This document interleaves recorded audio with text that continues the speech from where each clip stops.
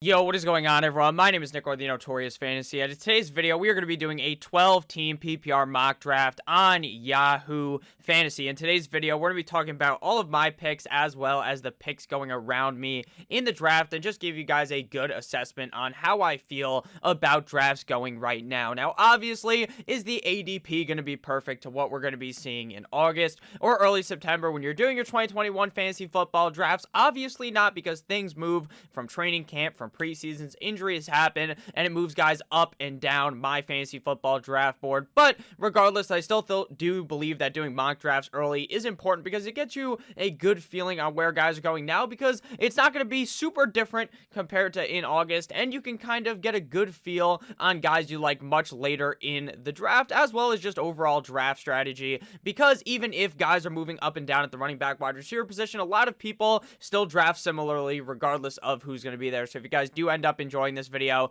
please make sure to hit that subscribe button down below, because not only is it free, I put out content every single day to help you guys win your 2021 fantasy football championship. So let's get into it. In this draft, we are at pick 7, which is dead center in the draft, which is not really the ideal spot in my opinion. I prefer to be drafting around this spot, we're at the 7, so the 9, 10, 11, 12 mark, towards the end of the draft. Being in the middle is fine. Being at the beginning is fine. You can win your league drafting at any single spot. Frankly, it does not matter at all. So don't worry too much about your draft spot if you feel some type of way about it. So the first pick of the draft was Christian McCaffrey, followed by Dalvin Cook, Derrick Henry, and Saquon Barkley. Now, personally, I feel like that is going to be a very normal first couple of picks in the draft, followed by Alvin Kamara. Those are going to be the guys going inside the top 5 of basically every single draft. Maybe someone sprinkles in a wide receiver, or someone may end up going quarterback, depending on your league. But it seems like McCaffrey, Cook, Henry, Saquon, as well as Alvin Kamara are likely to be inside of your top 6 picks, if not the exact same top 5 there. Now, again, it goes in a different order depending on every single draft. After that was followed by Alvin Kamara. After Alvin Kamara was followed by Ezekiel Elliott. So now it's our pick. Do we want to go Jonathan Taylor, Nick Chubb, or are we feeling a little different? Could go a little bit spicy, get a guy like Travis Kelce. But personally, in my opinion, looking at the running backs that are still here, I like Jonathan Taylor and Nick Chubb the most out of this group, and I will be going with Jonathan Taylor, running back of the Indianapolis Colts. Now, I understand that some people worry slightly about how down the stretch of the season, Jonathan Taylor was basically running through a wall fortified by the greatest materials ever, because frankly, the hole was just wide open. He was able to do anything with the defense, which he has not been able to do earlier on in the season. But I do think that Jonathan Taylor is the perfect fantasy football running back. He both has the skills with his hands as well as the skills through the ground to be rushing a whole lot of yards, and I like that in fantasy football. To me, that's the key. Even if you're in a standard league, you still want your running back to be catching passes, because it just gets you free yards. So I do like Jonathan Taylor there a lot at that pick. Would I judge if you pick Nick Chubb over him? No. Would I even judge? There's a couple of running backs. If you were to go Aaron Jones ahead of him, I would not judge you. But after that, then I probably would judge you.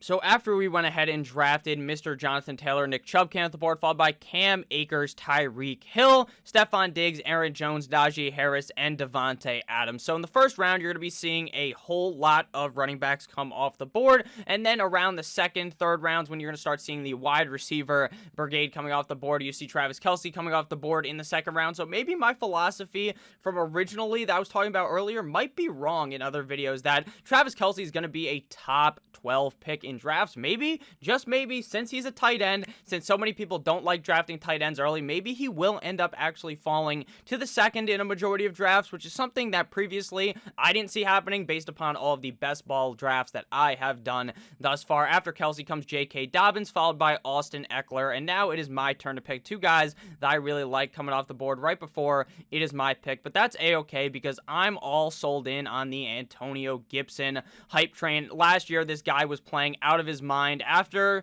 what should have been probably a very tame season for Antonio Gibson, but all the things went right for him to obviously etch out that starting role in that offense. Now the offense adds in former Miami Dolphins quarterback, former quarterback of 7,000 other teams, Ryan Fitzpatrick. They bring in Curtis Samuel. They bring in Diami Brown via the draft. I think that this offense is going to be buzzing, and I think that Antonio Gibson is going to be very good on this offense. I think that he's going to be given a lot of opportunity to rush the rock. They have a pretty solid offensive line, and they have a pretty strong defense, and obviously when you have a stronger defense, that bodes quite well for your running back, meaning that the defense will be able to stop them late in the game, and they'll be able to run the ball more later down the stretch of games. After that came Joe Mixon, followed by DeAndre Hopkins. Now, Joe Mixon is a guy that I loved last year. I told you guys that he was going to be fucking great, and I was wrong.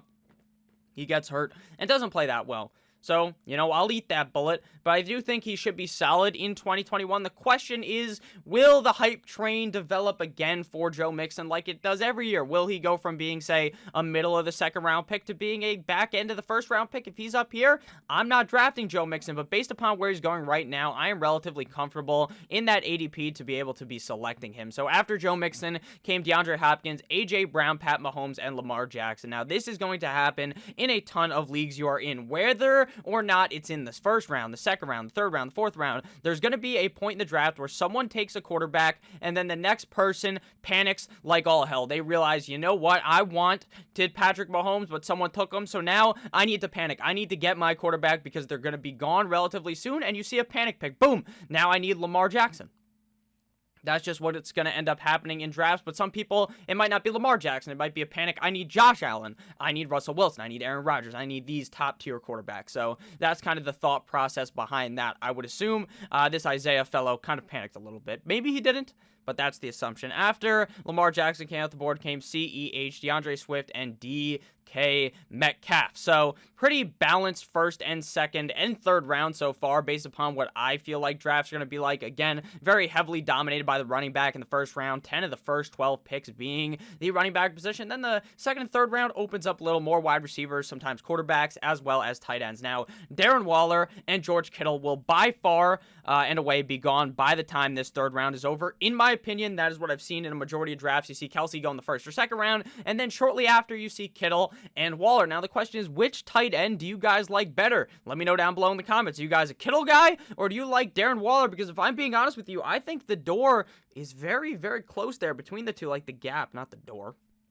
The gap between the two is very close, and I'm starting to think that maybe Darren Waller is actually the tight end too. So after Justin Jefferson came off the board came Calvin Ridley, Miles Sanders. Interesting where Calvin Ridley's ADP falls in the next month, I would say, probably in the next couple of days. It's almost June 1st when Julio Jones can be traded. What happens after that? Where does Calvin Ridley go? Can he be a first round pick? To me, no, but I do think he moves his way up into the second round if that ends up happening. So we're back on the board. We got, I almost called him Jason Taylor. Jeez, we got Taylor, we got Gibson. We're going with a wide receiver, and I want to add Allen Robinson to this team. Now, again, inside of the top 12 at the wide receiver position, there's a whole lot of kind of discrepancy, right? Because in your head, you might think that Terry McLaurin is better than Allen Robinson. You might think that Michael Thomas is, Mike Evans again. There's a wide range going at the wide receiver position, but personally, I believe that Allen Robinson is going to be a top 10, easily top 12 wide receiver,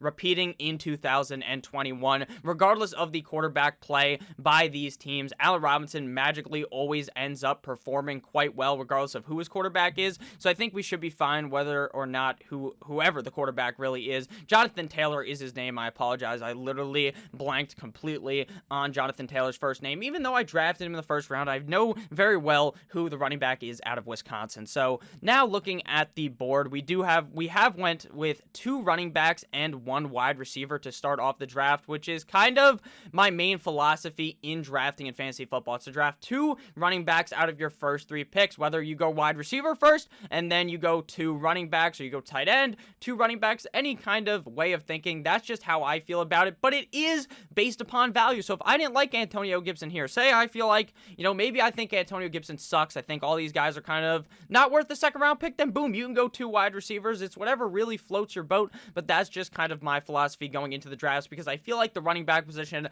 falls off so heavily, so quick, whereas I feel like there's a lot of wide receivers from like the 5th to 10th round range that I'm willing to take a shot in that could be in my starting lineup any given week, if I'm being honest with you. And plus, the fact is that picking up a running back off the waiver wire is hard. It's hard to find a guy off the waiver wire that's going to score you 12 plus points, right? Whereas at the wide receiver position, that's relatively easy depending on league size. Obviously, if you're in a 14-team league, it is slightly harder. After I went with Allen Robinson came David Montgomery, Josh Jacobs, George Kittle, Terry McLaurin, Chris Carson, Darren Waller, Josh Allen, and Michael Thomas. This guy going with the wild two tight end strategy, I would say, going with Travis Kelce and George Kittle. Do I think that is personally a great strategy? No, because we're not playing in tight end premium, but whatever floats Jason Moore's boat, even though it's not actually Jason Moore of the fantasy footballers. His name's John. His picture is just Jason. So after Michael Thomas came Julio Jones, who's a very interesting pick, but again, we don't know where he's going to be. But I think if he ends up on a solid team, Julio is going to be very much worth a 4th round pick. So now we are looking at the board. All the big tight ends are gone. And I'm not really willing to go that close, right? We saw Kittle and Waller go in the 4th round, or 3rd and 4th round. I'm not too sure I want to be drafting a guy like Hawkinson right that close next to them, in my opinion, on the draft. So we're going to go ahead here and look for either a running back or a wide receiver. At running back, Edmonds, Kareem Hunt, Mike Davis. I like Davis a ton, so that's actually who we're going to go with here. Of the Atlanta Falcons, the Falcons really have no one behind him, at least of a veteran standpoint. In that way, I do think that obviously some of the rookie guys on their team, the younger guys, could eventually go ahead and eclipse Mike Davis, but based upon what we saw of Mike Davis last year in 2020 with the Carolina Panthers, I just don't really see a way that Mike Davis loses this role unless it is due to injury. Obviously, injury can happen to any player, but without an injury, I think Mike Davis really has a nicely cemented role in this Atlanta Falcons offense that, while isn't the best offense, I think should be relatively solid in 2021, regardless of if they have Julio Jones or not. So right now we have 3 running backs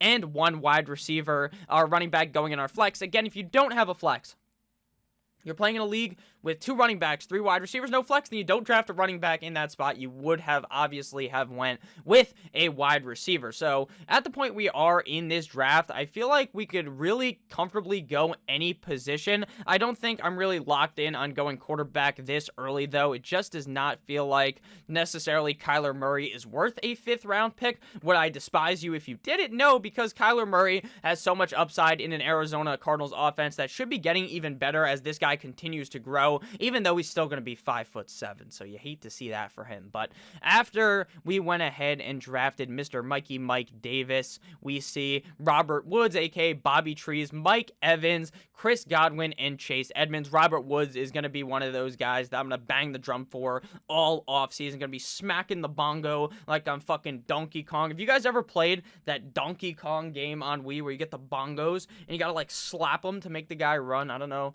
how, I don't know what age group would have played that. Maybe people my age, around the age of 22, maybe have played that game. That game was fucking awesome, but that has nothing to do with anything. Robert Woods is going to be a guy that I'm heavily targeting because of my opinion on the LA Rams offense and how I think they're going to be so much better with Matthew Stafford under center. After Robert Woods came off the board came Mike Evans, Chris Godwin, 2 guys I'm not really looking to target. Chase Edmonds, Amari Cooper, CeeDee Lamb, and TJ Hawkinson. So the reason why I'm not really looking to target Evans or Godwin is because Tom Brady, Tampa Bay Tom, spreads the ball out so well, and with Antonio Brown in the lineup, he was actually the most productive one out of that group in the final 8 games of the season in which he was starting in the lineup. So it makes you wonder if Evans and Godwin are even worth it, or if it's just much more worth it to say fuck it to those guys and just draft Antonio Brown in the later round and hope for the upside shot, which is probably what I would lean to do. After TJ Hawkinson came at the board came DJ Moore, Adam Thielen,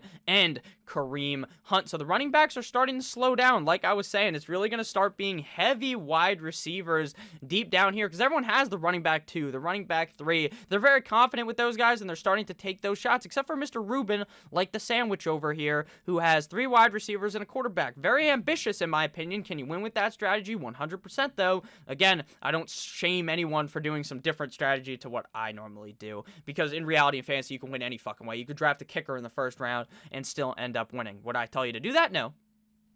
Obviously not, but you can still win using that strategy. So after this pick comes our pick, and I'm looking to go wide receiver here. Russell Wilson came off the board. I'm looking to snag a wide receiver here that I like with a decent amount of upside. I like Kupp a lot. If you're looking to go very safe here, to me, Cooper Kupp would be the answer. I think in this LA Rams offense, like I talked about with Robert Woods, I love Cooper Kupp, but I'm going for more upside here. So we're going to draft Diontae Johnson, a guy who could not fondle that ball, who could not grasp that ball last season. He was just dropping shit left and right, frankly. It was almost embarrassing to watch with my own eyes, an NFL player dropping that many passes. But if he stands by the jugs machine, which is that ball that just shoot, or the machine they put the ball into and it just shoots it coming at the guy like a million miles an hour, and he just continues to work with his hands to shape these hands into greatness, I believe that Diontae Johnson has the potential to repeat. Now, to repeat with a pretty solid season, even with the drops. Hopefully he's not going to be dropping it. I do understand that this offense is not going to be passing as much as last year, frankly, with the fact that the offensive line sucked ass. The fact that James Conner really couldn't get anything going meant that they had to throw the ball much more. So in 2021, do I think that'll be the case? No, I think they'll be running the ball a bunch more with Najee Harris, who's probably still available in the draft.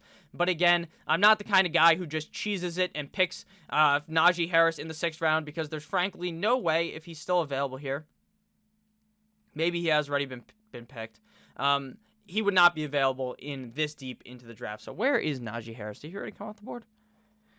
Najee? Yeah, he went in the 2nd round, so that's fine. So I don't even have to cheese it. Najee Harris is going to be a 2nd or 1st round pick come the time of August, frankly, or early September, because even what they're talking about in camp, this guy is getting the #1 reps in camp. They drafted him in the 1st round to be the guy. They're saying this guy can get 30-plus touches a game, 25-plus touches a game. Frankly, if that's true, he's going to be worth a 1st round pick, especially with what we've seen out of not the greatest running backs in Pittsburgh still being able to perform. So after Russell Wilson came off the board and I picked Diontae Johnson, came Cooper Kupp, Kyle Pitts, Kyler Murray, Mark Andrews, Dak Prescott, Brandon Ayuk, Travis Etienne, Leonard Fournette, Justin Herbert, the pervert, and Tyler Lockett in my pocket. Skirt. So now it is our turn to make a pick here. Probably going to load back up on the wide receiver train here, depending on who's available. Now, I don't really love these guys, so we're going to go running back. We're going to go with an upside shot on Damien Harris now, screaming all the way up till the 6th round.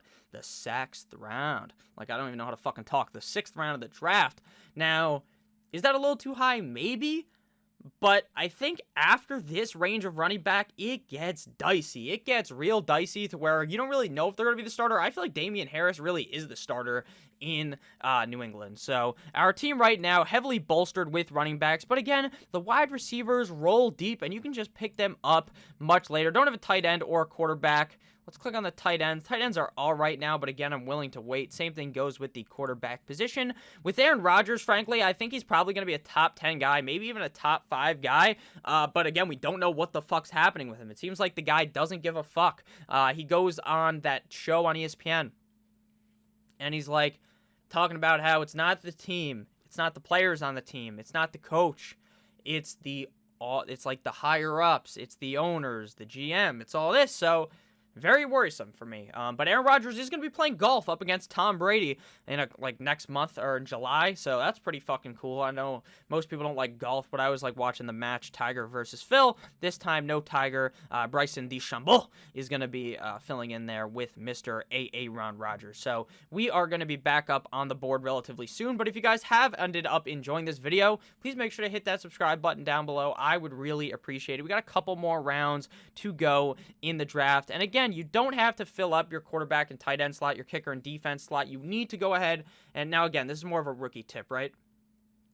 People are watching videos in May. They're not fucking rookies. You guys are the fantasy hardos, fantasy junkies like myself who love fantasy football. So I guess you guys don't really need that tip. But again, you don't have to necessarily fill out your roster. You can just fill out the bench and then address quarterback, tight end, kicker, defense later. Don't be the asshole who drafts a kicker really early on in your draft. After I went ahead and drafted Mr. Damien Harris, came Noah Fant, Dallas Goedert, Aaron Rodgers, James Robinson, Raheem Mostert, T. Higgins, Chase Claypool, and Kenny Golladay. What a fall from grace for Kenny Bones, Kenny Golladay. This guy was like a 2nd, 3rd round pick, maybe 4th round pick in like every draft last year. Now goes to the Giants. Now he's basically just looked at as a safe play. Really no upside in a Danny Dimes kind of helmed team in New York, to me, I really worry about Kenny Golladay having really any upside. After that came Cortland Sutton, a guy who I really like, followed by Tyler Higbee. Higbee is a guy that I'm starting to fall back in love with. Last year, I was loving Tyler Higbee. Now, I didn't love him enough to where I was like,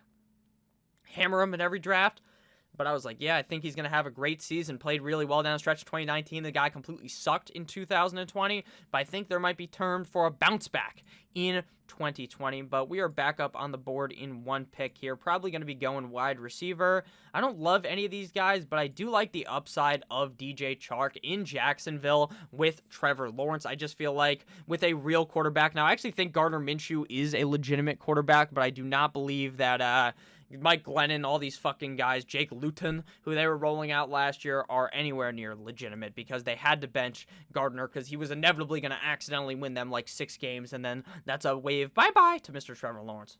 After I went with Chark came Tampa Bay, Tom Brady, Javonte Williams, and David Johnson. People are going to probably draft David Johnson like the 7th round. I understand that there is some upside, but the upside's even further limited than it was last year when I kind of was on the train. We saw how bad he was last year, and then we saw the fact that they added Phillip Lindsay, who's very good. They add Mark Ingram, who's still pretty good. So it's like, this is going to be a running back by threesome, a triple-headed running back core, and frankly, I don't want anything to do with that. I really don't. After that, we see A.J. Dillon, Odell Beckham Jr., Juju Smith-Schuster, and the Los Angeles defense. Which one is it? Who knows? Who knows? It's just the Los Angeles defense. It's actually the Rams, because on the side of my screen that you guys can't see, it says LAR, but that's kind of something they need to fix. The Washington football team defense coming next, followed by Robbie Anderson. Again, don't draft the defense early. I'll explain that a little bit later. After Robbie Anderson came Matthew Stafford. So these Cox, 1, 2, 3, 4, 5, 6, 7, 8, 9, 10, 11 quarterbacks off the board. This guy takes 2. Like, fuck you, buddy. That's so annoying. I can still wait, though, another round. So we're going to go ahead and dive into running back or wide receiver. I'm going to go wide receiver here, and I'm going to take a shot on a guy here who, the more I've thought about it, the more I feel like his role is pretty well defined in this offense, even with the addition of Jamar Chase. Tyler Boyd is the slot guy in this offense. Hopefully, that means we don't see a regression in targets for him. We probably will, but I think with Joe Burrow under center compared to the other quarterbacks that we were seeing there last year after Burrow got hurt, I think that Tyler Boyd provides a decent floor for your team, but also has a pretty high ceiling if Joe Burrow really is as good as I believe he could be. After I went with Boyd, Steelers defense, followed by the Baltimore Ravens, which again is just annoying. The way you want to draft a defense is by going on Google, you type in NFL schedule week 1, you find a defense playing a not-so-hot offense week 1, and you play them, and then the next week you just stream them. There's no need to keep a defense all year. And plus, the defense that you thought was so fucking good last year probably won't be that good again because the turnover on defense is crazy in fantasy football. The number 1 defense literally never repeats. A couple years ago, the Bears are this unstoppable force and immovable object. They are just butt fucking every single offense, and then the next year they just go limp dick, right? And a couple years ago, Jacksonville Jaguars, the Saxonville Jaguars, they're on top of the world. They are by far the best defense. That team is making the AFC fucking championship. They're looking like maybe this is a team that can beat the Patriots. But no, the next year the defense completely flounders. So that's just really how it works on defense. So don't be drafting defenses early. After Deebo Samuel came Mike Licky on Magasicki. So we need a quarterback and a tight end relatively soon because they're just going to be flying off the board if I continue to hold the door and just wait. I like Irv Smith, so I think I'll go quarterback first. Again, I'm not someone trying to target quarterback super early, but in the 9th round, if I don't go ahead and get a guy that I want in Ryan Tannehill, I feel like it is going to be falling very far. Hopefully Tannehill falls me. I don't know why other people are drafting quarterbacks because they already have one, but that's how it works. People like to draft 2 quarterbacks. You know, whatever floats your boat, that's not my ideal strategy. But if you play in a league where you know people are going to be drafting 2 quarterbacks, 3 quarterbacks, make sure you snag 2 and make sure you get yours at the right price. Don't be fucking sitting here with your thumb up your ass waiting and then boom, all of them are gone and you're just screwed. After Zach Moss came Joe Burrow, Indianapolis Colts defense James Conner, Justin Tucker the fucker, and Harrison Butker the fucker, followed by my old bitch lame, but my young ho coo. So we are back up on the board here, and we are going to go with Ryan Tannehill of the Tennessee Titans. If they get Julio Jones, sheesh, that offense is going to be unreal. It's going to be beautiful. Now, again, I'm not saying they're going to get Julio Jones because there's a lot of teams in the Julio Jones thought process, right? There's a lot of teams campaigning for him. There's the Chargers, there's the fucking Patriots, there's the Titans. Then there's other teams that could get him, honestly. There's a lot of other teams that can end up getting Julio Jones. That's just the hope that maybe he goes to the Titans. But I do think regardless of if he's there or not, Ryan Tannehill should still be relatively productive. People forget that he also has pretty solid legs, is able to rush the ball a decent amount. Very accurate quarterback, doesn't really make too many mistakes to where his interceptions are going to be super high. I project him to be a very solid quarterback again in 2021. Just a really average guy. Nothing like super sexy about Tannehill, but there's also nothing like really that would point you in the direction of, fuck it, I don't want Ryan Tannehill. So we're back up on the board here in a couple of picks. We don't have a tight end yet, so that's probably where we're going to be leaning here, because I feel like people are going to start drafting backup tight ends, and then you end up with like Evan Ingram, a guy who can't even fucking catch the ball, and then during the whole season, you're just swapping guys in and out. You're 1 week it's this tight end, the next week it's the next one, and you just want to blow your brains out because you have no idea who to start, and that is a bad case. That is a worst case scenario here. So we're going to try to hop on the tight end bandwagon here at this pick. A couple of picks that I want to highlight here. I like the upside of Jamar Chase in the 9th round. Again, I do like Boyd, but Chase, very sexy pick. Cooks, a very safe pick because Cooks did really well last year. But again, we don't know what's happening with Deshaun Watson. This guy goes with Logan Thomas, so we get Irv Smith. So here, I like Irv Smith. Why? Because when Kyle Rudolph, the red-nosed reindeer, was hurt last year, Irv Smith really stepped onto the scene and played very well. I think the Vikings offense has room for another offensive weapon like Irv Smith, who should be able to play pretty well. Again, I think he does have top 10, maybe even top 5 upside if the things go correct for Irv Smith. He's definitely much better than Hunter Henry and Jonnu Smith, who there is no way in fuck I'm drafting either of those guys on New England without knowing who the quarterback's going to be. I mean, I think it's going to be Cam, but who really knows? Who really knows at this point if it's going to be Cam, if it's going to be Mac Daddy Jones? So, and again, why do you want a tight end who has 2 tight ends on the roster? This isn't fucking Gronk and Aaron Hernandez. This is Jonnu Smith and Hunter Henry, so. And Tom's not the quarterback, so pretty worried about that. Running backs, Trey Sermon. Now, I did talk about this in yesterday's video, why I like Trey Sermon without Raheem Mostert, No, Jeff Wilson got hurt. I apologize. So it's going to be Raheem Mostert, Trey Sermon. I like that a lot. Even though they do run the running back by orgy, which I've talked about many times, how they just kind of use so many different running backs. They're going to use the fullback. They'll probably even let Trey Lance play running back a little bit. So it's going to be a little tough scenario for Trey Sermon, but I do think he is the second best running back on this roster with Jeff Wilson out. So that really does open the door for Trey Sermon, and fuck me silly because Trey Sermon has been picked right ahead of my pick. So after I went with Irv Smith came Gus Bus Edwards. Here, let me scroll down. Cannot? Okay.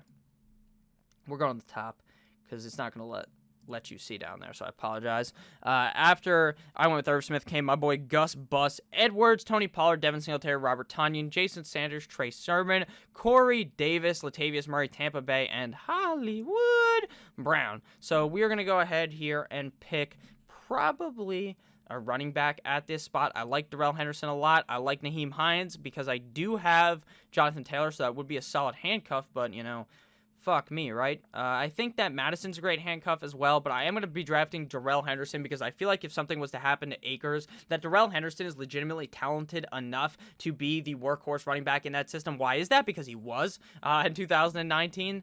He's a young running back, does have a lot of talent, and I think that if things were to go wrong for Cam Akers, then Darrell Henderson does have a lot of value in that offense if he becomes the starting running back due to injury. If there's no injury, then Darrell Henderson is just a used condom, basically, in my lineup. So hopefully you understood that.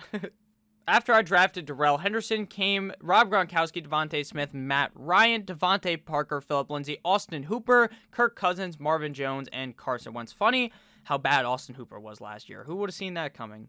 Not I. I did see that coming. That's the joke. Very nice. Very funny. Ha ha. Ha ha ha. So now we are back up on the board here. We got a decent amount of running backs, decent amount of wide receivers. Again, you want to have more running backs than wide receivers on your roster because of the thing I explained earlier about how it's easy to pick up a running back or wide receiver off the waiver wire, whereas finding running back is pretty hard. I want to go with the upside of Pittman. Being safe, you might want to go with maybe a guy like Cole Beasley. Another upside pick, Darnell Mooney. Also upside pick, Antonio Brown. But I'm going to go with Michael Pittman with Carson Wentz as the starting quarterback. Maybe things shape up better for Michael Pittman this season compared to last year. Plus, he was a rookie, and I give him a benefit of the doubt considering it was a COVID offseason. So, with our final pick before we go kicker and defense, I want to go ahead and get a running back. Tariq Cohen does worry me slightly with David Montgomery because we saw with David Montgomery and Tariq Cohen playing together that he, like, Tariq Cohen kind of vultured a lot of the receiving opportunity, obviously, because he's a receiving running back, so that kind of sucks for David Montgomery, but I think he should be fine. So after I went with Tariq Cohen, or not after I went with Tariq Cohen, after I went with Michael Pittman, came Michael Gallup, followed by Tariq Cohen and Alexander Mattison. So we are going to be trying to snipe someone back here that I think has some upside. I do like James White. We already have Damien Harris, but I think James White could have a much more defined role compared to last year. The death of one of his family members definitely severely impacted him, at least in my opinion. I felt very sorry for him.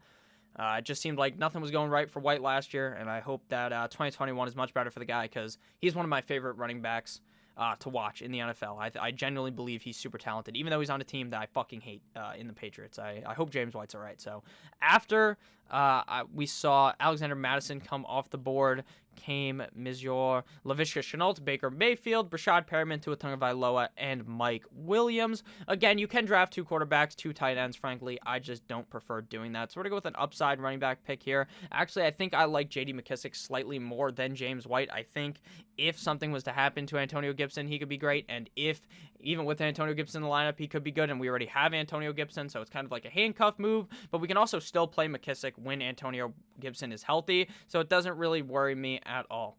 After Antonio Brown came Hunter Henry, Jonnu Smith, and Danny Dimes. So it's our turn to pick. We're going to snag J.D. McKissic over here for the Washington football team. So we do have 2 picks left. There's frankly not too much to talk about if I'm being completely honest with you guys. At the end of the draft, it's just a bunch of crapshoot players. At this point, again, the back half of the draft is very fun, in my opinion, in August, like when you feel like, oh, I'm so confident in this guy. But right now, it's kind of hard to be ultra confident in a lot of these guys because we haven't seen preseason and all that stuff. That really helps me at least gauge my opinion on players. That's what kind of sucked about last year because there was no preseason.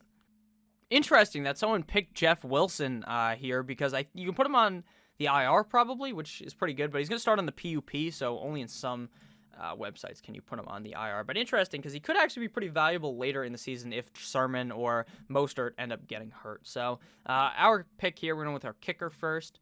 Going to go ahead and snag the boy Rodrigo Blankenship. Now, why did the fucking Colts sign another kicker? I don't know. I think they brought in that guy that was originally from... even on here? If I type in Indy, will it show up? What's his name? Fuck. The kicker that was on the Bears for some time, I don't remember what his name is, frankly. I really don't, because he wasn't very good. But now I have a fucking bowl cut. If I don't move my hair, I look fucking stupid. So hopefully that wasn't too evident on a lot of this video. Hopefully you guys have ended up enjoying thus far. I love you guys so much. Thank you guys for watching these videos. It means the world to me. A lot. Yesterday was my birthday, so thank you guys all for the birthday wishes as well. I am now 22. So we have just one more pick left. We're going to be going defense. So I will pull up the schedule real quick and read it to you guys on my phone. I will be making a video on the NFL defenses to be adding for fantasy, so hopefully that helps you guys out. But I'll just read it off. Some of the games that I found have been pretty solid for what I feel like is going to be streaming week number 1. So the first game of the season is Dallas versus Tampa, which is just, I don't want anything to do with that. Defensively, Jacksonville, Houston, I think both those defenses could be good because I don't think that's going to be a relatively high-scoring game. Chargers, Washington, nothing to do with that. Seahawks, Indianapolis, don't really love that either. Carolina, Jets, I think the Carolina Panthers are going to shit stomp Sam Darnold, so I'd put the Carolina Panthers defense. The Carolina Panthers are going to shit stomp with Sam Darnold in their lineup, so I like the Panthers. Bengals versus Minnesota, I don't really like either of those defenses. Arizona, Tennessee, no. San Francisco, Detroit, the 49ers defense, but they're going to go early. Pittsburgh, Buffalo, I don't like that. Philly, Atlanta, don't really like that. Cleveland, Kansas City, don't like that. Green Bay, New Orleans, don't like that. Denver, Giants, I like the Denver defense. Miami, New England, don't really love that. I do like the Miami Dolphins defense, though. Chicago, Rams, I don't really like that. And Baltimore, Las Vegas. So, sorry about that. We just got a notification. Someone probably just subscribed to my channel. Shout out to whoever that was. Thank you for doing that. We're going to go with, let's see here. Fuck, I think all the ones that I actually liked are gone. Tough scene for me. Tough scene. Are the Panthers available? Carolina. Yeah, boom. Carolina against the Jets week 1, and then week 2 you just fucking throw them directly out of your lineup. So to recap our team, our starting roster, I'll just pull it up here. Teams.